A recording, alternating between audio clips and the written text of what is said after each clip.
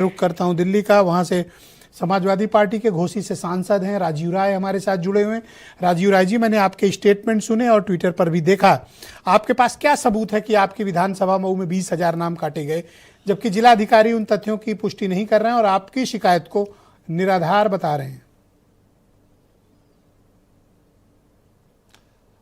जिलाधिकारी को फिर जो मैं कहा है तो मैंने उनको लिखा है उसी में टैग करके कि आप खाली ये बता दीजिए कि जो आपने ये 20,000 नाम मैंने दिए या तो गलत अगर है तो मेरे ऊपर FIR करिए कि राजीव राय ने अपने घर में प्रिंट कर लिया, मेरी शिकायत करिए लोकसभा में, या अगर सही है तो ये बता दीजिए कि आपने लिखा है कि request for deletion has been accepted, who made that request, when that request was made, where it was verified.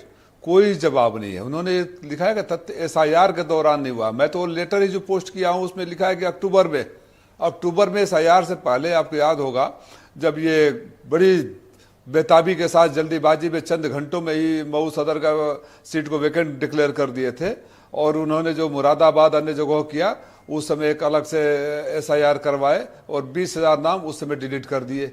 20,000 इस SIR में डिलीट कर देंगे और बाकी लोगों को जैसे बंदूक तान दिए थे, रिवॉल्वर तान दिए थे, पुलिस वाले वोट नहीं डालने देंगे। ये इनकी नीति और नीयत है जो माननीय प्रधानमंत्री जी बोल रहे थे।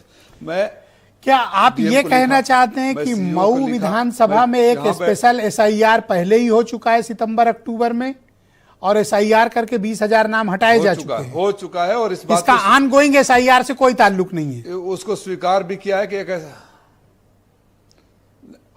हमारा यही शुरू से कहना है, शायद DM साहब को कंफ्यूजन होगी और जब अगर मेरी बातों से कंफ्यूजन होगी तो जो लेटर मैंने इनक्लोज किया है, जो लिस्ट इनक्लोज किया है उस पर पहले लिखा है कि अक्टूबर 2025 का है। तो मान लो अगर मेरी बातों से कंफ्यूज, तो जो लेटर मैंने आपको दिया उस पर अक्टूबर 2025 का डेट पड़ा हुआ है। मैं जहां बैठा हूं 5वां मकान चुनाव आयोग का है, मेरे घर से 5वां मकान चुनाव आयोग का है और मैं वहां से चिट्ठी लिखा और टाइम मांगा। भारत के पार्लियामेंट चल रहा है, मैं सदन का सदस्य हूं। अभी जब मैं आपके साथ चैनल पर बैठ रहा था, आज दिन भर मैंने पार्लियामेंट में और आप मीडिया के साथियों के सामने लेटर दिखा कहा कि उनको टाइम तक नहीं दे रहे हैं चुनाव आयोग। तो अभी मुझे लेटर आया है कि मुख्य चुनाव अधिकारी लखनऊ कल 2 बजे मुझे बुलाए हैं। अब मैं अपराधी हूं, मैंने अपराध कर दिया, सदन चल रहा है, मुख्य निर्वाचन अधिकारी को, चुनाव आयोग को उन्होंने लिखा चुनाव आयोग के निर्देशानुसार माननीय सांसद जी से कल 2 बजे मुलाकात करने लखनऊ में हमें।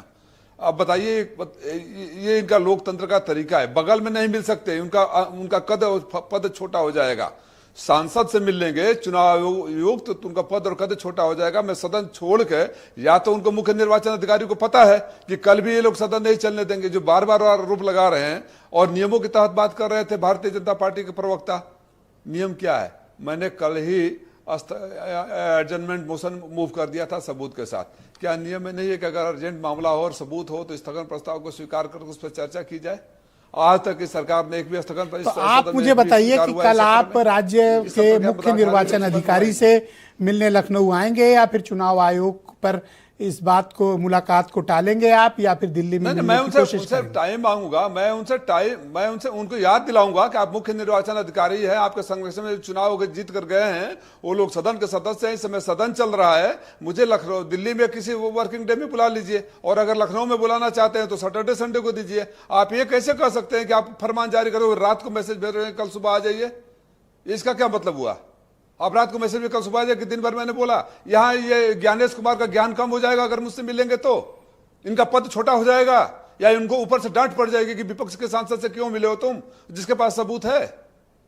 तो आपकी पार्टी ने क्या ये संकल्प किया है कि जब तक SIR पर बात नहीं होगी आप सदन नहीं चलने दोगे? आपका संकल्प है?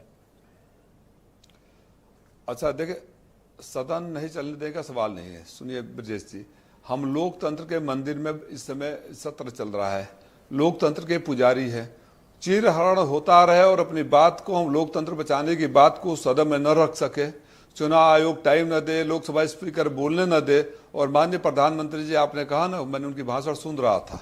मैं वो हमारे भी प्रधानमंत्री भाजपा के नहीं, ऐसे शब्दों का जो कि ड्रामा तो पूरा देश जानता है ड्रामा कौन करता है। चूंकि मेरा संस्कार वो नहीं कि वैसा कटाक्ष मैं उनके ऊपर करूं, लेकिन एक बात जो उनका बोल रहे थे भाषण में कि नए सांसद आए हैं चुनकर, उनको बोलने का मौका देना चाहिए, पार्टियां मौका नहीं दे रही है। तो हे माननीय प्रधानमंत्री जी, मैं आदरणीय ब्रजेश मिश्रा भारत समाचार के माध्यम से आपसे अनुरोध कर रहा हूं कि मैं पहली बार का मैं भी चुनकर आया हूं, सबूतों के साथ आया हूं। आप लोग हर बात पर कहते हैं कि कागज दिखाओ, मैं आप ही का कागज लेकर आया हूं। और मेरे नेता ने कहा, आदरणीय अखिलेश यादव जी ने, कि नहीं, अगर आपको इस मौके पर बोलना जाए तो निशा सिर्फ बोलिए, सदन चलने दीजिए, बल्कि हम भी आपके साथ खड़ा रहेंगे सपोर्ट में। तो आप हमको बुलवा दीजिए माननीय प्रधानमंत्री जी मेरे मुद्दे पे। थैंक यू राजीव राय जी, कृपया हमारे साथ बने रहिए। मैं इस सांसद अगर चुनाव जी डिबेट को आगे बढ़ाना चाहता हूं।